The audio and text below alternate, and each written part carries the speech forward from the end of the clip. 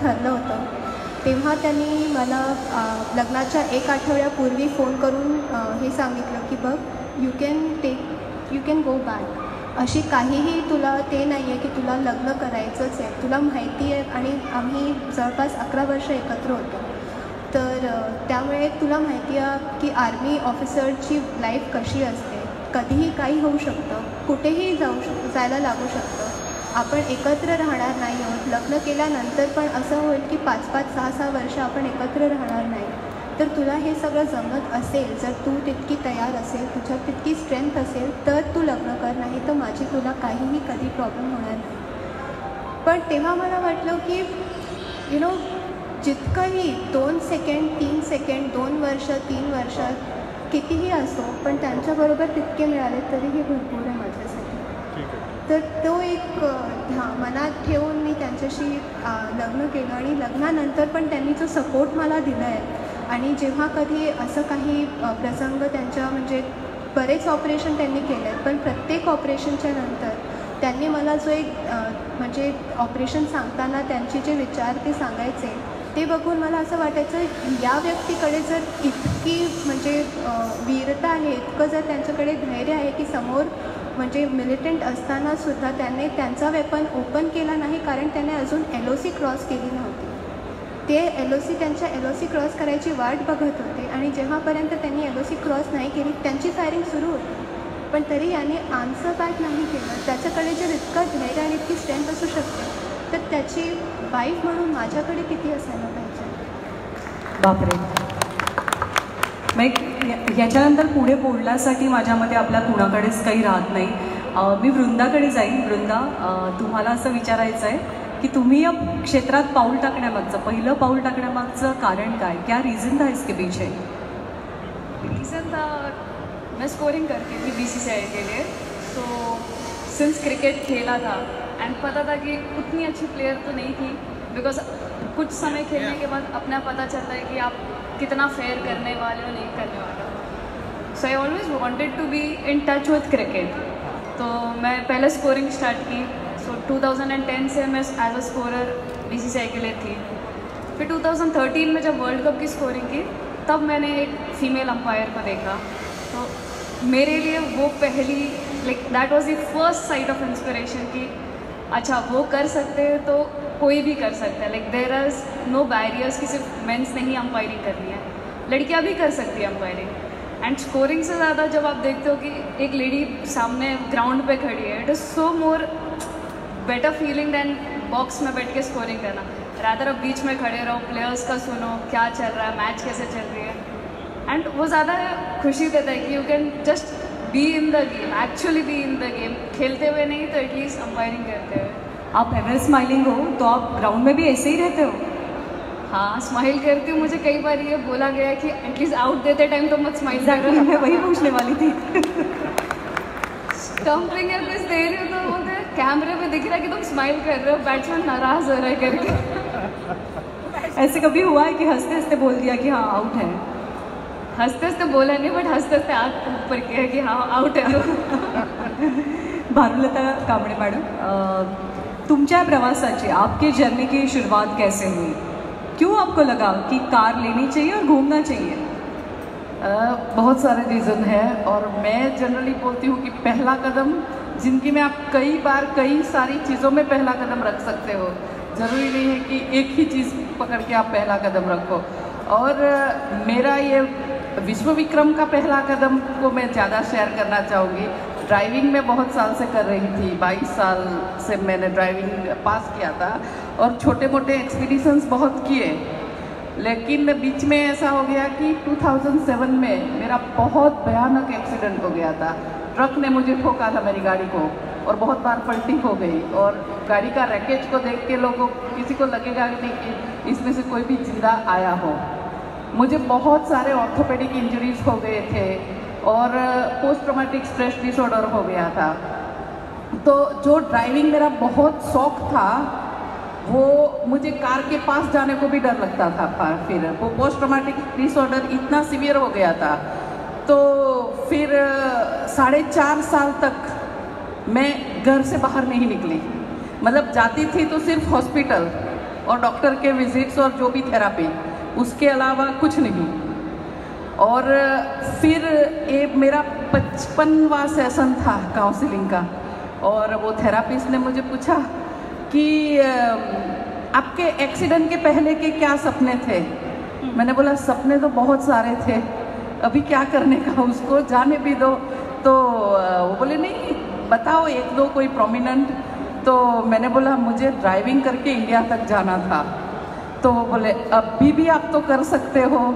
मैंने बोला ये तुम्हारे तक मुझे अकेले ने पहुँचते तब तक 6 साल हो चुके थे, मतलब 4.5 साल तक मैं जस्ट अपने गैराज में से गाड़ी रिवर्स करने तक पहुंची थी। और मुझे लिटरली कार में बैठना भी वापस से सीखना पड़ा था। तो 10 सेकंड से शुरुआत की थी कि 10 सेकंड बैठो, फिर 20 सेकंड, ऐसे इंक्रीज करके मैंने अपना गाड़ी में बैठना शुरू किया था और रिवर्स करना। तो फिर उसने बहुत इंसिस्ट किया कि आप अभी भी शुरू जा सकते हो इंडिया। मैंने बोला मैं टाउन से बाहर नहीं निकलती, तुम्हारे तक पहुंचने तक मैंने रूट प्रैक्टिस किया पहले मेरे हस्बैंड के साथ, और अभी तुम तक पहुंच सकती हूँ अकेली, तो अभी तो इम्पॉसिबल है। फिर भी उसने इंसिस्ट किया, और मैंने फिर अल्टीमेटली बोला कि शायद तुम्हारे घर में आज कुछ गड़बड़ी हो गई है ना, कि तुम्हें लगता है कि मैं ऐसा कुछ पागलपन कर सकती हूँ। और अल्टीमेटली वो सेशन ख़त्म हो गया, और मैंने घर आके सोचा, 2-3 हफ्ते तक सोचा। फिर मेरी एक बहुत आदत है कि जब भी मुझे कोई नर्वसनेस हो या कुछ जवाब नहीं मिलता है तो मैं लिखती हूँ कि वजह क्या है, मुझे क्यों इस बात से डर लगता है। तो मैं बहुत सारा लिखती हूँ। तो मैंने लिखना शुरू किया कि मुझे मैं क्यों नहीं ड्राइविंग कर सकती, इतने एक्सपीडिशन करती थी पहले, और ड्राइविंग मेरा इतना बड़ा शौक है, क्यों नहीं मैं कर सकती। तो फिर जवाब क्या मिला कि ये जो डर, एंग्जाइटी जो भी है वो मेरे ही अंदर है, और जब तक मैं उसको नहीं निकालना चाहूँ तब तक और कोई नहीं निकाल सकता। और only I can be hero of my own life. तो जो उसके बाद जो भी मेरा हुआ, तो मैंने मन में ठान ली थी कि मुझे अपनी ज़िंदगी का विल खुद ही संभालना है, किसी और को नहीं देना है। तो उसके बाद भी मुझे 3 साल लगे। तो 1.5 साल हमने फिर जो भी बाकी के जो भी सेशंस थे जी, वो focused on me getting back on to road. उसके बाद मैंने मोटरवे पे ड्राइविंग करने के लिए फिर से लेसन्स लिए जी। और मैंने 1.5 साल के बाद जो 55वां जो सेशन था, उसके 1.5 साल के बाद मैंने इंडिपेंडेंट ड्राइविंग किया मोटरवे पे। और उसमें मेरे हस्बैंड का बहुत बड़ा साथ रहा है। तो मैंने पहली बार इंडिपेंडेंट ड्राइविंग करना चाहा, तो मैंने बोला कि अभी शायद मैं तैयार हूँ, और आज मैं कोवेंट्री तक जाके आती हूँ। तो कोवेंट्री मतलब अराउंड 140 किलोमीटर जाना और आना। तो हमने स्टेप बाय स्टेप शुरू किया, तो उसके आगे की कहानी जो है वो काफ़ी इंटरेस्टिंग रहेगी। I am very much sure, तो वो भी जाननी है। लेकिन मैं तनुजा मैम के पास जाऊँगी।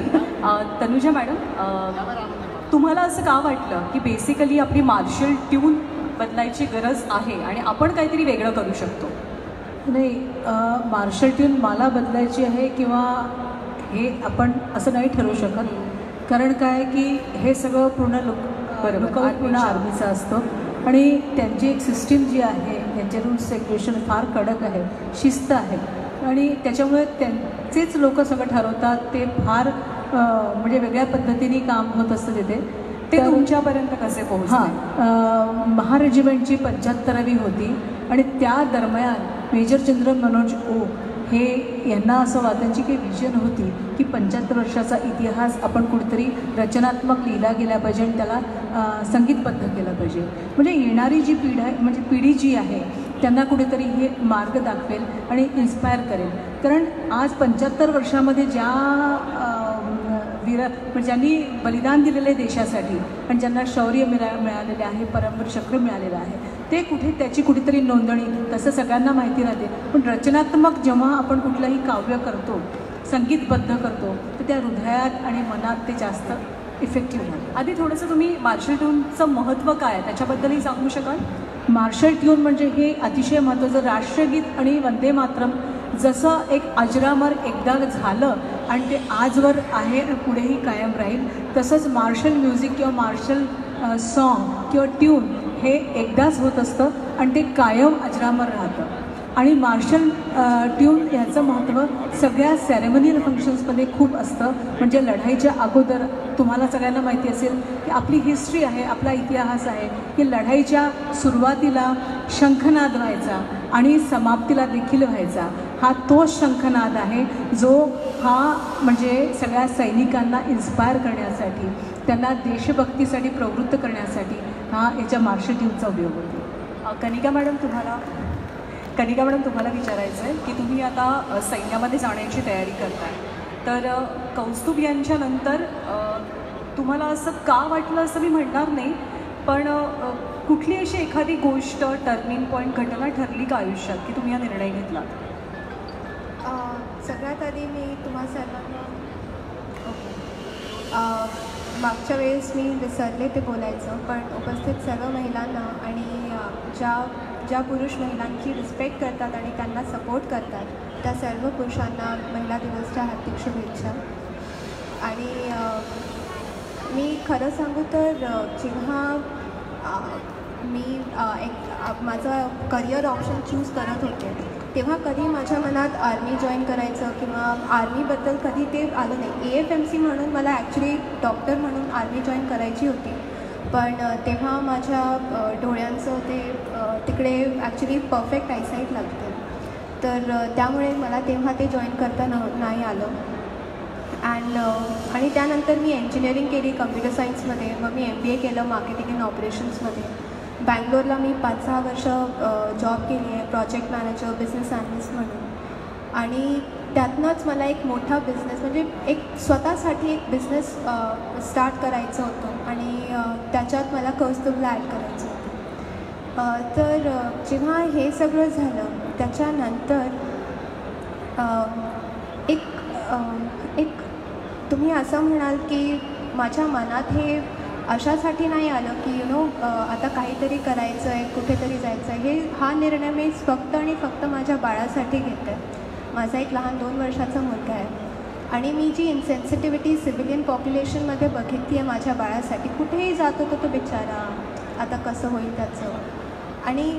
आणि मग मला त्याच्या मनात ही कुंठा नको आहे आर्मीसाठी की आर्मीने त्यांचे म्हणजे बाबांना घेतले किंवा गव्हर्मेंटमुळे किंवा सिव्हिलियन पॉप्युलेशनमध्ये. मला त्याच्या मनात नेगेटिव्ह एक पॉईंट नको आहे. तर जर तो मला एक युनिफॉर्ममध्ये बघणार जेव्हा जर मी झाले, पहिली गोष्ट ते खूप कठीण असतं. It's not an easy thing. I try my level best. झालं तर बरंच आहे, नाही झालं तरीही I am going to make sure that I support army in which ever way I can.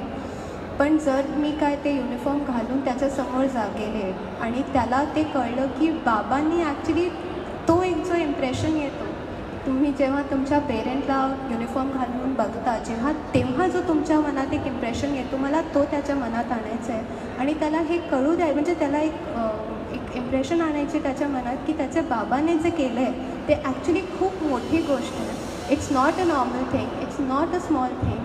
आणि बाकीचे लोक काहीही बोलू द्या, पण I want to become a role model for him so that he has a positive attitude in life. तुम्ही स्वतः खूप पॉझिटिव्ह राहताय आणि म्हणूनच खरं तर तुम्ही इतकं मोठं दुःख पचवून पेलून पुढे जाऊ शकताय आणि एक वेगळा आदर्श निर्माण करू शकताय. उज्ज्वला मॅडम, शिडाच्या बोटीतनं प्रवास करणं म्हणजे आत्ता पण आम्ही कल्पना केली तर थोडीशी भीती वाटते. खवळलेला समुद्र, त्याच्यात ती शिडाची होडी, आणि तुम्ही मे बी जेव्हा प्रवास केला तेव्हा फार काही टेक्नॉलॉजी पण ॲडव्हान्स नव्हती, तर तो अनुभव आम्हाला थोडासा सांगाल का थोडक्यात? खरं म्हणजे मला पोहता अजिबात येत नाही. मी पाण्यामध्ये अजूनही येत नाही का? अजूनही नाही. त्यामुळे मी पाण्यात गेले तर गेले असं आहे. पण तरी पण म्हणजे ज्यावेळेला एखाद्या गोष्टीनं आपण झपाटलं जातो, आपल्याला हे करायचं आहे, तर त्याचे वाईट परिणाम वगैरे आपण काही विचार करत नाही. ज्याला येईल त्याला बघू असं करून मी हे करायला लागले आणि मला कधीच त्याची गरज वाटली नाही.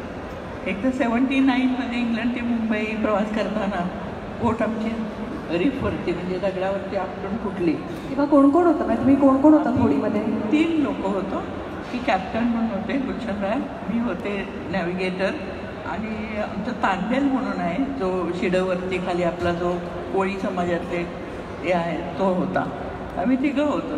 ज्यावेळेला संध्याकाळच्या वेळेला दगडावरती बोट आपटली. आम्ही सौदी अरेबियाला चाललो होतो. इंग्लंडवरून निघून bay of Biscay, Gibraltar, Algeria, Tunisia, Libya, Greek, Egypt एवढं करून आम्ही तांबड्या समुद्रात पोहोचलो होतो.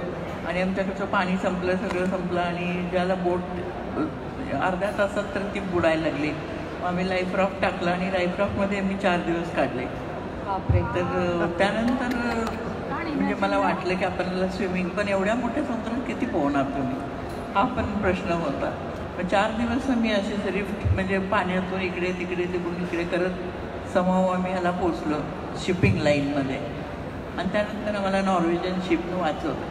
पण परत आल्यानंतर ज्या ज्या चुका माझ्याकडून म्हणजे झाल्या की मला नॅव्हिगेशनमध्ये अजून एवढं सूर्य ताऱ्यांच्यावरती एवढं मला सेक्स्टन वापरायला जमत नव्हतं, तर कॅल्क्युलेशन हे करायला. मग त्याची मी 1 वर्ष पूर्ण तयारी करून 81 साली परत इंग्लंड ते मुंबई सक्सेसफुल प्रवास केला. पण हे कॉम्बिनेशन मला काही कळलं नाही उज्ज्वला मॅडमचं, की जनरली ज्यांना पोहता येत नाही त्यांना पाण्याची भीती वाटते, पण ह्यांचं बरोबर उलट आहे, यांना पोहता येत नाही पण पाण्याची भीती वाटत नाही. तर हे कसं काय? नाही, कारण आपल्याला जे करायचं असतं ते जास्ती डोक्यात असतं. आणि हिचं पार्ट ऑफ म्हणजे आपण विमानात उडताना समजा विमानाला काय झाला नाही, पॅराशूट करून तुम्ही जंप मारा, किती जमणार आहे माहीत नाही कोणाला, पण आपली कॉन्फिडंटली बसतोच ना विमानात रोज. त्यामुळे आत्मविश्वास महत्त्वाचा, तुम्ही सगळ्यांनी पहिल्यांदा सांगितलं तसं. वृंदा, आपसे सवाल है कि हमने बहुत सारे एम्पायर्स को देखा है, जैसे कि बिली बॉर्डन है, उनकी एक अलग स्टाइल है, तो ऐसे आपकी कोई स्टाइल है? नहीं, मैं ज़्यादा प्रेफर करती हूँ कि सिंपल रखूँ, बिकॉज अंपायर जितना कम नोटिस हो उतना अच्छा है. फिटनेस कितना इम्पोर्टेंट है आपको? कितने घंटे मैदान पे टिके होना ज़रूरी होता है? फिटनेस यस बहुत इम्पॉर्टेंट है. 6.5 आवर मिनिमम हो जाता है एक दिन में. तो अगर 4 दिन की मैच है, 6.5 आवर्स अंपायरिंग, खड़े ही रहना है आपने. बीच में एक 40 मिनट्स का लंच ब्रेक, 20 मिनट्स का टी ब्रेक, दैट्स इट.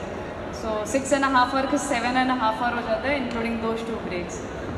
ये अंपायरिंग होती कैसी है? ये बहुत दिनों से मेरे मन में सवाल है, ये होते कैसे? थर्ड अंपायर तो होते हैं, हम तो टीवी पे देखते हैं, आपको पता कैसे चलता है? क्योंकि डिस्टेंस भी बहुत काफ़ी दूर की डिस्टेंस होती है, वो इतनी नज़दीक वाली डिस्टेंस नहीं होती, और आपको कुछ हार्डली सेकेंड्स में डिसीजन लेना, ये कितना डिफ़िकल्ट होता है?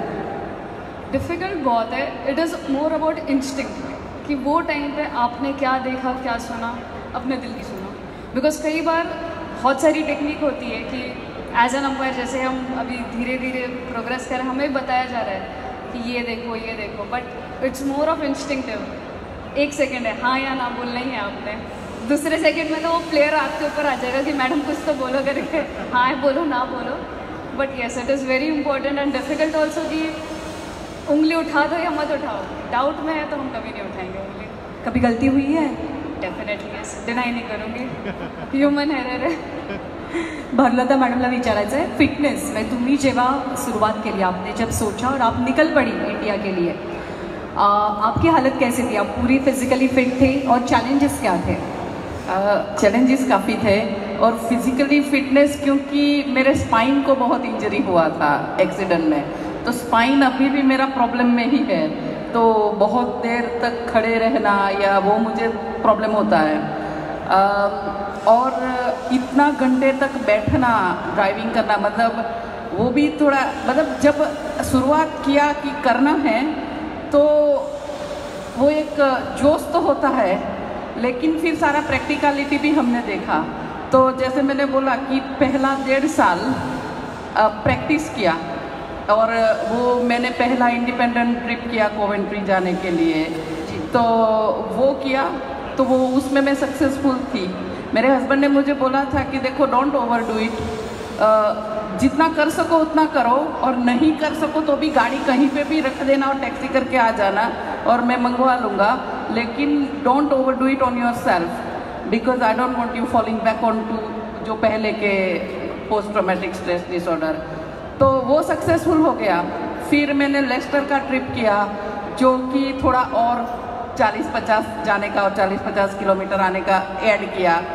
फिर ऐसे कर करके मैं कॉन्फिडेंट तो हुई इंडिपेंडेंट ड्राइविंग करने के लिए, लेकिन जब मैं पहले ड्राइविंग करती थी और एक्सपीडिशन करती थी और बाद में फ़र्क था, क्योंकि उसमें 10-12 साल ऐड हो चुके थे, 2 बच्चे हो गए थे, एक्सीडेंट का हिस्ट्री था, तो अपना स्टेमिना देखना था कि अभी एक्सपीडिशन पे, इतने बड़े एक्सपीडिशन पे आप निकलो, इंडिया तक जाना, तो कैसे कोप करोगे इतने सारा लंबा ड्राइविंग और इतने सारे घंटे। आपसे पूछना है कि यूके टू इंडिया और वो भी महाड़ में, आपने यूके से शुरुआत की और आप महाड़ में आपने एंड की आपकी जर्नी, तो महाड़ ही क्यों, इसके साथ कनेक्शन क्या है? महाड़ क्योंकि मेरा ससुराल है, मेरे हस्बैंड महाड़ से है, तो अल्टीमेटली, और कैसे था कि I am known as a feminist internationally, तो एक ऐसा, I love my culture, I love Indian heritage, I love culture, and wherever I go, anywhere in the world, मैं कभी इंडियन ड्रेस पहन के भी चली जाती हूँ। मतलब हालांकि I grew up in London, I'm very much more British than Indian, but when it comes to India, I take immense pride. और when it comes to Apna culture, I take immense pride. तो मुझे ये भी, मतलब ससुराल जाना है वो ठीक है, लेकिन ये भी कि अपना कल्चर है कि लड़की ससुराल जाती है, चाहे विश्व विक्रम कर ले, कुछ भी वर्ल्ड में पहुंच जाए, लेकिन करेंगे तो इतने बाजे गाजे के साथ तो कोई बहू नहीं आई होगी ना। ससुराल में स्वागत कैसे हुआ आपका? ससुराल में पहला तो स्वागत अपने ऑनरेबल चीफ मिनिस्टर जी ने यहाँ मंत्रालय में ही किया था। जब मैं दिल्ली पहुंची तब तो मोदी जी ने किया था मुझे रिसीव, और यहाँ पहुंची तो अपने सीएम साहब ने किया था स्वागत। तो ससुराल में स्वागत यहाँ मंत्रालय में हुआ, और महाड़ में फिर प्रोग्राम रखा था, और यहाँ से social justice and empowerment minister आए थे कंक्लूडिंग प्रोग्राम के लिए, और उन्होंने वहाँ लोकल जो भी MLAs MPs जो थे वो थे, और बैंड बाजा भी मंगवाया था उन्होंने, क्योंकि सीरियसली नाचे या नहीं फिर? हाँ? आप नाचे? नहीं, मैं तो कार चला रही थी ना। So it was a good one, और ultimately it's just a combination कि अपना कल्चर भी साथ में रखो। We are multitasking females, okay, मतलब, और ये एक मेल डोमेन है, तो ये एक भी मैसेज है कि चाहे हम मेल डोमेन में कदम रखें तो भी जो हम है Indian ladies, we take pride in ourselves. और एक उसमें ऐड करना चाहूँगी मैं कि हमने 2017 में एक लंदन से लेस्टर कार रैली किया था, तो मैंने वो ऑर्गेनाइज किया था, और 120 लेडीज़ हमने ड्राइविंग किया था लंदन से लेस्टर, तो in total 400 kilometre return journey था, और हमने सभी ने लाल साड़ी पहन के किया था as a strength, and also to demonstrate to the world that we take a pride in our womanhood, as a womanhood, and also in our Indian culture, and sari is our national dress. Yes. So that's why, so बहुत प्यार झलकता है आपके culture K. yes, very much so. Yes. By heart, no matter मुझे where आपको बताना ही पडेगा की शायद मुझे 120-140 स्पीडने गाडी चालवत असतील, त्या स्पीडने तुम्ही बोलता सुद्धा, सो वकील होना। शायद ये आपको बहुत जनों ने बताया भी होगा मुझसे पहले। लॉयर लोग बोले नहीं तो दुकान बंद हो जाएगी, तो बोलना बरोबर से। जी, तनुजा मॅडमला मला विचारायचं आहे, यावेळेला 26 जानेवारीला जेव्हा ती ट्यून पहिल्यांदा वाजली राजपथावरती, तेव्हा काय वाटलं तुमच्या मनाला? अक्षरशः आजवर इतकी संगीताची साधना केली, विज्ञानाचं काम केलं, कारण मी प्रोफेसर आहे आणि संगीताच्या भरपूर क्षेत्रात मी काम केलं, पण हे मार्शल ट्यूनने जे मला दिलं आज, जे म्हणजे ह्या सीमेवर उभे असलेले जवान यांच्यासाठी ही माझी छोटीशी सलामी समजून घ्या। आणि मी अतिशय म्हणजे ह्या मला म्हणजे शब्द नाही आहे की कितीही तुम्ही परफॉर्मन्स दिले, कितीही पब्लिसिटी मिळाली, पण देशासाठी काम केल्याचं जे समाधान आहे, जे सुख आहे, ते कशातही नाही आहे। आणि त्या दिवसापासून मी स्वतःला आर्मीच्या प्रत्येक कामासाठी समर्पित केलेलं आहे, कारण माझ्या साधनेचा, माझ्या संगीताचा किंवा माझ्या ज्ञानाचा जो काही उपयोग होईल, मी कायम आर्मीसाठी करणार आहे। आणि एक अजून त्या पद्धतीचं काम मी सुरू देखील केलेलं आहे। टेरिटोरियल आर्मीचं एक काम त्यांनी मला विनंती केलेली आहे, आणि ते देखील सुद्धा मी केलेलं आहे. आपली ही ब्रिटिशांनी बनवलेली ट्यून, मार्शल ट्यून इंग्रजांनी बनवलेली, तर त्याच्यात चॅलेंजेस कोणती होती जेव्हा ती भारतीय वाद्यांमध्ये तुम्हाला आणायची होती? ती सगळी माझ्यामध्ये इंग्रजाळलेली वाद्य असतील, तर ती आपल्या क्लासिकल म्युझिकचा वापर करून ती ट्यून नव्यानं तयार करणं किंवा बदलणं, यात सगळ्यात मोठं आव्हान कोणतं होतं? हे खूप मोठं चॅलेंज माझ्यासमोर होतं, कारण काय की ती सगळी वाद्य वेस्टर्न म्युझिकला बनलेली वाद्य आहे आजवर, आणि इव्हन मार्शलच्या आपला मिलिटरीच्या बँडच्या मेंबर्सचं ट्रेनिंग देखील वेस्टर्न म्युझिकबरोबर होतं. तर त्यांना आता भारतीय शास्त्रीय संगीतातनं आपल्याला करायचं आहे, तर मला अक्षरशः म्हणजे आपण म्हणतो ना की आपण केलेलं जे काही काम आहे किंवा जे आपले अनुभव आहे ते आपल्या कामात येतात. तर मी प्राध्यापक आहे म्हणून 1 to 1 मला एक एक जागा त्या ह्याच्यातली त्यांना 1 to 1 घोटून घ्यावी लागली, त्यांच्याकडे करून घ्यावं लागलं. म्हणजे जसं शास्त्रीय संगीत गुरुशिष्य परंपरेने आपण एकेका विद्यार्थ्याला तयार करत असतो, त्या पद्धतीने त्या 36 लोक मेंबर्सना मी 1.5 महिन्यांनी कॅन्टोन्मेंटला जायचे आणि त्यांच्याकडनं ते 8-8, 10-10 तास आम्ही प्रॅक्टिस करायचो आणि त्यांच्याकडनं 100-10, 200-10 अशी जागा अशी घोटून घ्यायची. आणि त्याचंच फळ म्हणजे एवढं की आम्ही आज जिथे डिजिटल ट्रॅक्सवर सगळं रेकॉर्डिंग होतं तिथे लाईव्ह रेकॉर्डिंग यशराज स्टुडिओमध्ये आम्ही लाईव्ह रेकॉर्डिंग केलेलं आहे 36 लोकांचं. आणि अवघ्या 5 मोठी गोष्ट माझी, अवघ्या 5 तासात. हो, ते सोपं काम नाही अजिबात. मला तुम्हाला सगळ्यांना विचारायचं, मे बी भारुलता मॅडमने त्याचं उत्तर ऑलरेडी दिलेलं आहे, की तुमच्या घरच्यांची रिॲक्शन काय होती वेन यू डिसाइडेड की आता तुम्हाला इथे जायचं आहे, पुढे जायचं आहे, तेव्हा तुमच्या घरच्यांची रिॲक्शन काय होती? तर मॅडम तुमच्यापासून सुरुवात करायची. तुम्ही सांगितलं की मला आता शिडाच्या उडीत बसायचं आहे आणि मला जग फिरायचं आहे, काय म्हणाले घरचे? माझ्या वडिलांना बरंचसं हे होतं की माझ्याबद्दल फारच प्राऊड असायचं फिलिंग, कारण काहीतरी वेगळं करते आणि करते ती चांगलं करते. म्हणजे मी ज्याला पत्रकार झाले लोकसत्तेमध्ये पहिल्यांदा माझा जॉब चालू झाला, माझ्या वडिलांना मी सांगायला घाबरत होते, कारण मुलींनी काम करायचं नाही, नोकरी करायची नाही. पण मी फक्त म्हटलं दादा मी लोकसत्तेमध्ये जाते आणि मी काम करते. मला म्हटलं I am very proud father, आणि प्रत्येकाला सांगत होते. पण बाकी बहिणींना त्यांनी नोकरी करायला दिली नाही, म्हणून कोणाला कळतच नव्हतं की ह्यांना काय पाहिजे. पण पत्रकार होते म्हणजे एक चांगलं आहे. ज्यावेळेला मी सेलिंगला चालले आणि त्यावेळेला मला म्हटले तू काय करतेस मला कळत नाही, परंतु जे काय करशील ते चांगलं करतेस, त्याच्याबद्दल मला अभिमान आहे. आणि ज्यावेळेला माझी बोट बुडली आणि लाईफ राफ्टवरती आम्ही 4 दिवस काढल्यानंतर घरी आले, आईने आमच्या बिनपाण्याचा उपवास सगळ्यांनी काही ना काय बहिणीने तेव्हा इतकं काय केलं. म्हणजे आता मी जाऊ नये म्हणून नाही जाऊन ॲक्सिडेंट होऊन सेफ आले. अच्छा, ओके. तर मी त्यांना म्हटलं मी आता जिवंत आल्यावर कशाला करताय, आधी करायचं होता ना, म्हणजे काय झालं नसतं. पण दादा आमच्या म्हणाले की नाही, मला माहिती होतं माझी मुलगी अशी कुठेतरी फुकट मरणार नाही आहे, ती करणार तर जिंकूनच येणार. त्यामुळे सगळ्यांची पॉझिटिव्ह रिॲक्शन होत्या. मॅडम पहिल्या स्पोर्ट्स पत्रकार, मी चुकत नसेल तर पहिल्या स्पोर्ट्स पत्रकार तुम्ही? नाही, मी नॉर्मल याच्यामध्ये. अच्छा, तुम्ही त्याच्यामध्ये पण. त्याच्यामुळे आमच्या सगळ्यांसाठी खरं तर त्या आद्य पत्रकार आहेत. तर ते पत्रकारिता करावी हे डोक्यात का आलं? म्हणजे एकदा म्हणजे शिडाची होडी, त्यातून जगप्रवास, पत्रकारिता, हे सगळं कसं काय एकमेकांमध्ये गुंतलं गेलं? खरं म्हणजे मी माझ्या आयुष्यात काय करायचं ठरवण्यापेक्षा एक योग असतो किंवा कसं गणत जातात, तशा म्हणजे शेजारी विनोदराव म्हणून टाइम्स ऑफ इंडियाचे एडिटर होते वगैरे, तर ते आमचे शेजारी होते. आणि पहिल्यांदाच BAचा रिझल्ट लागायला उशीर झाला आणि घरीच बसून होते. तर आईना येऊन त्यांनी सांगितलं की तिला घरी बसवू नका, जर्नलिझमचा कोर्स करायला पाठवा आमच्या सिद्धार्थ कॉलेज मास कम्युनिकेशनमध्ये. म्हणून त्यांच्यावरून मी जायला लागले. किती साली केलात तुम्ही कोर्स? 76मध्ये. बापरे. आणि मी ज्याला तिथं गेले 6 महिने थोडंसं कोर्स झाला आणि मला खूप बोर व्हायला लागलं, लेक्चर लेक्चर लेक्चर. पण मी आबा त्याला मी आबा म्हणायचं, म्हटलं मला खूप कंटाळा आला आहे, मला तर काय गंमत असं मजा वाटत नाही. म्हणून ते मला लोकसत्तेत लाट्यांच्याकडे घेऊन गेले आणि लाट्याने त्यांनी सांगितलं की तुला काय, मी म्हटलं मला प्रात्यक्षिक पाहिजे, मला असं वाचून करायला बोर होतं.